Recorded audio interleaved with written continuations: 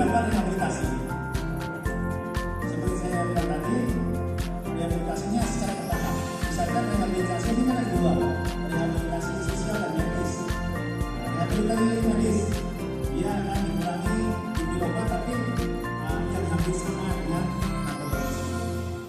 Pelan-pelan dia dikurangi terus, akhirnya dia stop.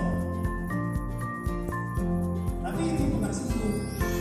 Apabila dia balik lagi ke lingkungan pemakai, itu sugestinya sangat. Di mana tempat-tempat teman baru yang bukan kecanduan. Kalau kita masih di situ, itu nggak bakalan bisa sembuh, nggak pasti.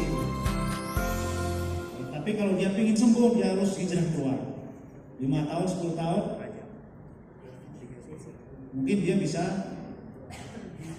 menolaknya, dan itu mungkin hanya hidayah lagi.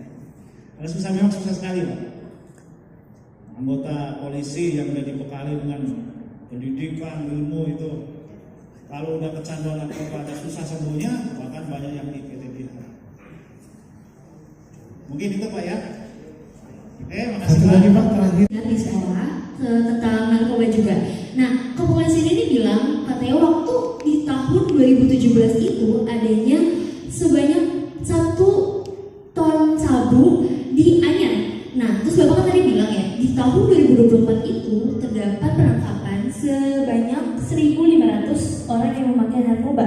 Nah, aku mau nanya, mengapa peredaran narkoba masih masif terjadi meskipun sering dilakukan penangkapan besar-besaran? Apa yang sebenarnya menjadi kendala utama di lapangan dengan menangkapnya orang-orang yang memakai narkoba tersebut? Terima kasih.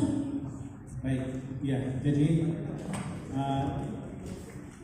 memang untuk narkoba ini susah sekali untuk dihilangkan, tapi bisa kita tekan. Dari tahun ke tahun selalu meningkat. Karena apa?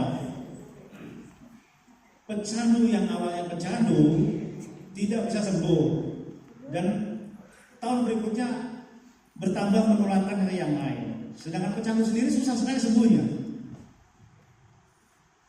Orang yang ditahan belum tentu keluarnya sembuh.